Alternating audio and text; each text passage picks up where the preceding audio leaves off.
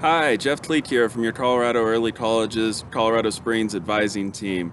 Welcome to our first virtual video online remote newsletter. This is a companion to the newsletter that you'll receive each month from the advising department. That newsletter is going to highlight specific themes and skills that we're working on and dates of upcoming events that you'll want to pay attention to. This newsletter is a chance to focus on some of the themes more specifically and again highlight those dates. First, let me say welcome. We're really excited in the advising department to have all of you back.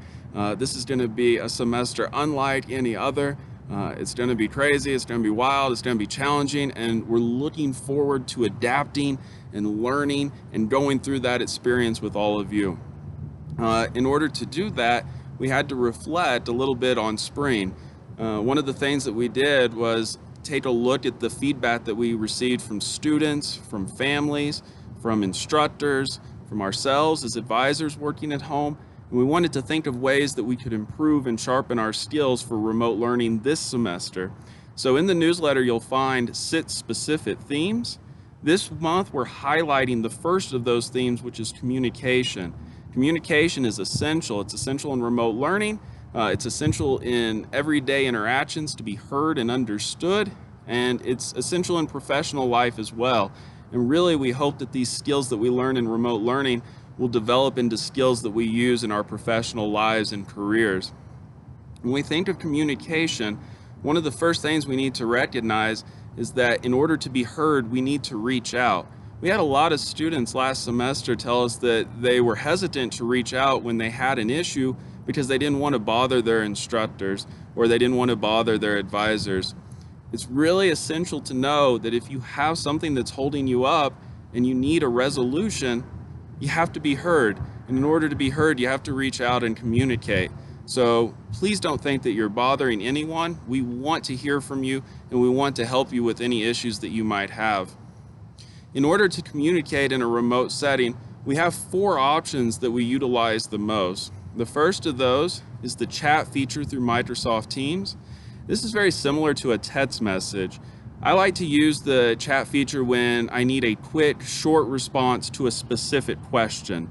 If you have a question that you know has a direct answer, a yes or no, or a specific date, or a specific reading, or something like that, then using that Teams chat feature is a great way to get that answer in an efficient manner. If you have something that might need a little bit more context, or maybe multiple issues, or something where maybe family needs to be involved, you can also use the Teams video feature. Teams has the option to set up a video meeting that's very, very similar to the feature that you might use with Skype or FaceTime. You can set up a time to have an appointment where we meet across Microsoft Teams face to face. We turn our cameras on and we have the chance to see one another, to hear each other's tones, and to see each other's reactions. It gives us a chance to have a real connection and to handle multiple issues. And like I said, it's a great way if it's one of those things where family needs to be involved, like an ICAP, or maybe if you're having an issue in class. The other 2 ways to communicate are email and phone. An email is an excellent way to communicate with someone when you want to lay out the context of a situation. You have a question, but it's not a simple yes or no necessarily. It's something that requires some background and explanation. An email gives you the chance to put all of that there on the table and to let the person on the other side respond accordingly. Please know that this semester we are asking all of our students, including our students who are select students taking classes exclusively through Pikes Peak Community College, all of our students will need to use our Colorado Early Colleges email. If you have any questions about setting that up, please contact an advisor and we can send that information to you. Finally, there's a phone call. If you're like me, I almost always prefer to text rather than call, but a phone call can be an excellent way to resolve an issue that has a little bit of back and forth with it. An email doesn't give you that quick access to a back and forth. A phone call does. You can clarify things. It's usually pretty quick. and it gives both parties a chance to be heard. So those are the 4 ways that we really want to emphasize communication. And again, communication only starts when you're willing to reach out. So please be willing to do that. Some other important things to know for this semester. We will not be handing out physical copies of schedules. We are going to put everything online through Infinite Campus. You should have access to your schedule. If you have any questions about it, please contact your advisor. The deadline for schedule request changes, or to request schedule changes, is Thursday, August 20th. Due to the fact that we have a lot of conditions and restrictions that we're trying to meet this semester, please know that schedule changes are limited, and they will be limited to academic need only. If you have any questions about that, again, contact your advisor.